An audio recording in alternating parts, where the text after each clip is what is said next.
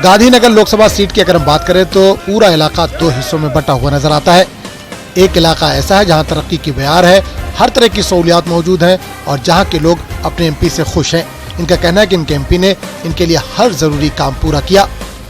MP का x ray हमारे इस खास प्रोग्राम में इस वक्त हम पहुंचे हैं घाटलोड़िया विधानसभा में। घाटलोड़िया विधानसभा एक ऐसी विधानसभा है जहां से अक्सर बीजेपी के उम्मीदवार को यहां के लोग वोट देकर विधानसभा में पहुंचाते हैं।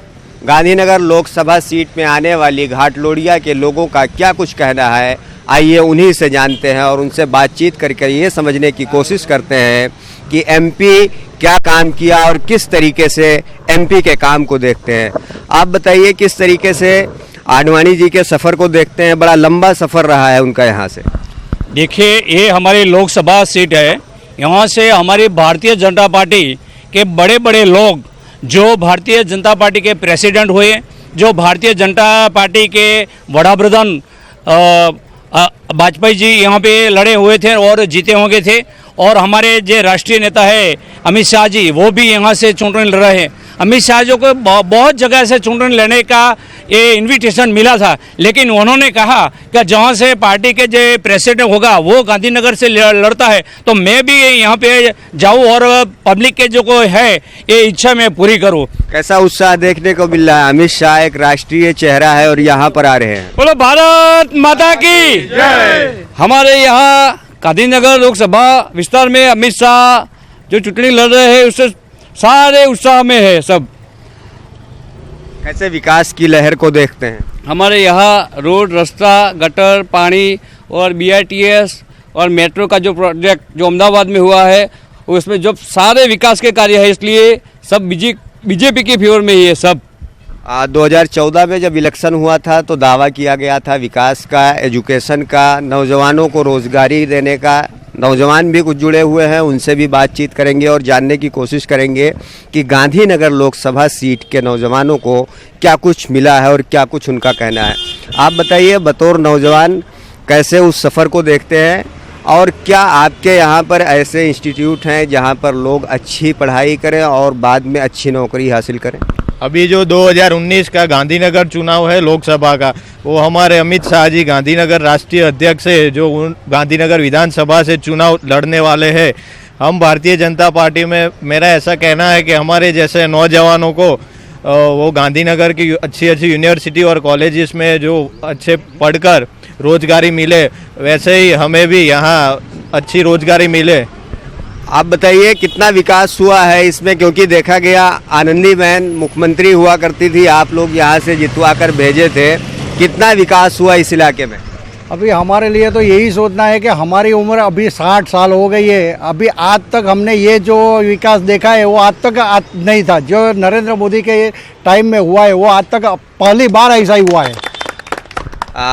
आडवाणी जी यहाँ से MP रह चुके हैं, मुलाकात हुई हो, कभी आए हो, किस तरीके से आप लोगों के बीच में उनका रिश्ता रहा है। हमारा तो इनके लिए अच्छा ही रहा है और आज तक हमने भाजपा के सिवा और कोई सोचा ही नहीं है। क्यों नहीं सोचा, क्या वजह। क्योंकि वो काम हुआ ही नहीं है उनके सिवा, इसलिए हमने भाजपा ही सुना है और भाजपा ही हम वोटिंग करेंगे। इस बार अमित शाह एक राष्ट्रीय चेहरा है, यहाँ से उतर रहे हैं, कैसा उत्साह वोटरों में है। वो राष्ट्रीय अध्यक्ष है और गुजरात से और नारायणपुरा और सरकेत दोनों विधानसभा से वो चुनाव लड़ चुके हैं और अभी वो लोकसभा गांधीनगर से चुनाव लड़ रहे हैं। और देखा जा रहा है कि गांधीनगर ऐसी सीट है वहाँ से राष्ट्रीय नेता ही सब इलेक्शन लड़ते हैं और उसमें ऐसा है कि गांधीनगर मत क्षेत्र का विकास अच्छा हुआ है। कैसा लहर इस बार देखने को मिल रहा है, क्योंकि 2014 में कहा जाता कि मोदी लहर देखने को मिल रही है, इस बार अमित शाह मैदान में है, कैसी लहर है। अभी दोनों लहर चल रही है, मोदी जी की चल रही है, अमित शाह की भी ऐसी ऐसी लहर चल रही है। और यहाँ घाटलोड़िया विधानसभा से मुख्यमंत्री भी आनंदीबेन यहाँ से रह चुके हुए। तो ये थे घाटलोड़िया के लोग जिनका साफ तौर से कहना था कि इस बार भले ही अमित शाह को यहाँ से मैदान में उतारा गया है, जीत तो उनकी पक्की है, लेकिन कितनी मार्जिन से जीत होगी उसके लिए यहाँ के लोग मेहनत कर रहे हैं। वहीं यहाँ पर एक ऐसा इलाका है जहाँ के लोग तरक्की से कोसों दूर है, बूंद बूंद पानी को तरस रहे हैं। इनका इल्जाम है कि वोट लेने तो लीडर आते हैं पर इसके बाद इनको मुकम्मल नजरअंदाज कर दिया जाता है। जी आप बताइए कितने सालों से परेशानी हो रही है पानी की? कम 15 सालों से। क्या वादे क्या किए जाते हैं इलेक्शन में? इलेक्शन आता है उसके पहले सब नेता आते हैं, सब रैलियां निकालते हैं, सब बड़े बड़े वादे भी करते हैं कि हम लोग ये कर देंगे, हम लोग वो कर देंगे। पर ये फतेहवाड़ी में कम से कम 15 सालों से पानी की तकलीफ है और जब इलेक्शन ख़त्म हो जाता है तो कोई देखने भी नहीं आता है कि यहाँ की प्रजा किस तरह दिन काटती है पानी बगैर। और पानी की बहुत बड़ी तकलीफ है यहाँ, क्योंकि यहाँ की प्रजा कम से कम बहुत गरीब है और पहली तो जरूरत पानी जी है। आपको बताइए और क्या क्या परेशानी इस इलाके में? हमको पानी की बहुत ही है और है ना गटर लाइन से भी हम परेशान हैं। हमारे घरों में पानी भरा जाता है और उसके बावजूद मतलब यहाँ पर कोई ध्यान नहीं देता है। अब तो हमको पानी मिलेगा तो भी हम वोट देंगे और लाइट भी हमको बहुत जरूरी है। आप बताइए हालांकि इस बार भी इलेक्शन होने वाला है, नेता आएंगे, आप ये दिखाइए नेता आएंगे, क्या मांग होगी, क्या मांग होगी, क्या कहेंगे? पानी की पानी पीने के लिए चाहिए। मेरे को नहीं बोला, नहीं बोलते। आप बोलो, आप क्या कहेंगी? मैं क्या कहूँगी? हाँ तो पानी का ही बोलूँगी मैं भी। आप बताइए। वही पानी के अपना 15 साल होगा यहाँ, पानी की, गटर की, लाइट की कुछ नहीं है यहाँ, सब सुविधा नहीं है। वोट मांग इलेक्शन होता है तो वोट को कहते हैं वोट जब ही तो देंगे जब तुम पानी का करोगे। ऐसे कैसे वोट देंगे? पानी का करोगे तो वोट देंगे, नहीं तो नहीं देने के। फिर बच्चों की इतनी तकलीफ पड़ती, स्कूल जाते तो कहाँ से पानी लाओ, उनके नहाने धोने के लिए पानी भी नहीं रहता। बच्चों की स्कूल किस तरह से पढ़ाई जाएगी, ये सब देखने का। आप बताइए कितनी परेशानी हो रही है यहाँ पर पानी को लेकर और पानी को लेकर कितनी दिक्कत होती है? हो रही है पानी की, लाइन में खड़े रहते हैं तो भी पानी नहीं मिलता, जाने के लिए भी सोचना और पानी भी बहुत 15 साल से पानी है ही नहीं।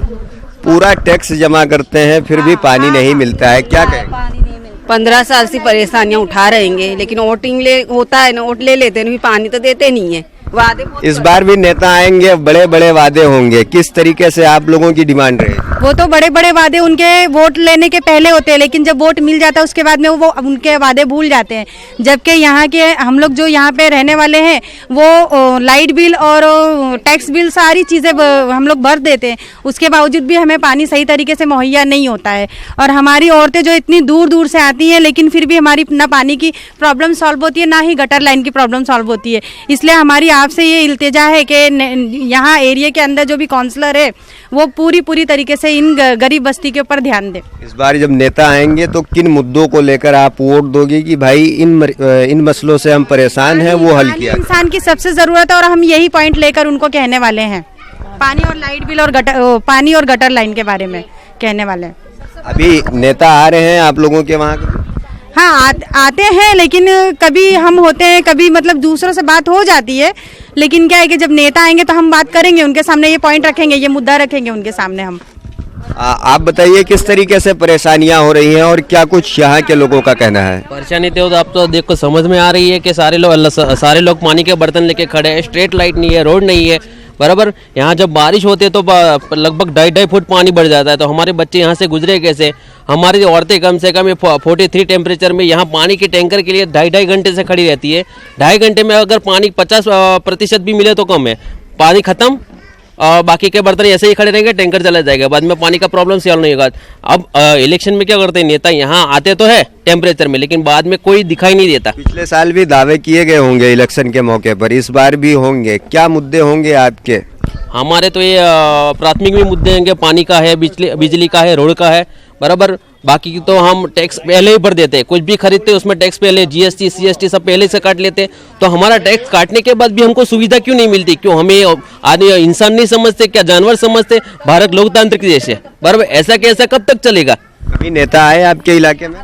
नेता तो आए, जब रैली होती है तब आते, तो हाय हेलो करके चले जाते, कहाँ से कौन चले जाते पता ही नहीं चलता।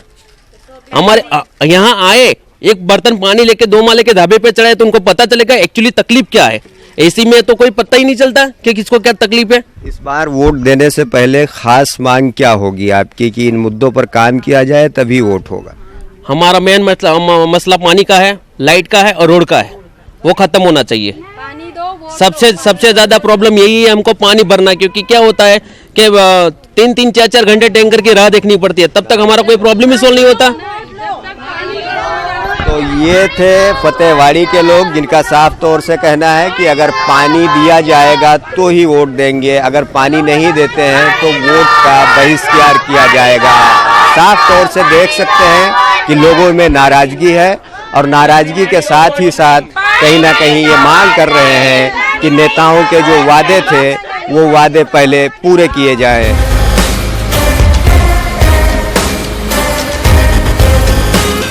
यहाँ पर वाक़ सरखेज रोज़ा एक सियाती मुकाम है। दुनिया भर से सयाह यहाँ आते हैं, पर यह इलाका भी तरक्की से काफी दूर है। इससे लगा तालाब कभी रोजे की खूबसूरती में चार चांद लगाता था, अब यहाँ बच्चे क्रिकेट खेलते हैं। एमपी के जो काम है उससे कितना मुतमईन है ये लोग। जी आप बताइए, इस तालाब की ये हालत कितने सालों से है? इस तालाब की हालत 14 सालों से ज़्यादा है और यहाँ के एमपी ने कभी विजिट ही नहीं किया और यहाँ के एमपी ने कभी ध्यान ही नहीं दिया। सिर्फ एमपी ये चाहते हैं कि हम आए और वोट लेके चले जाए, बस उनका काम है हमें दिल्ली में बैठना है, सीट यहाँ की और दिल्ली की सीट को संभाल रहे हैं। यहाँ पे एक पल का ध्यान नहीं है। कितना अफसोस होता है कि ये चीज़, ये धरोहर यहाँ पर है, बावजूद इसकी कोई देख रेख नहीं हो। अफसोस तो बहुत होता है, लेकिन अपन कर क्या सकते हैं, अपने हाथ पे तो कुछ है ही नहीं। अगर आवाम को भी सौंप देके तुम करो तो आवाम खुद इकट्ठा करके यहाँ का वो डेवलपमेंट कर सकती है, मगर आवाम को देना नहीं है, आवाम को कुछ करना नहीं देना है, आवाम का कोई इसमें है ही नहीं। बहरहाल यहाँ 23 अप्रैल को इंतखाबात है।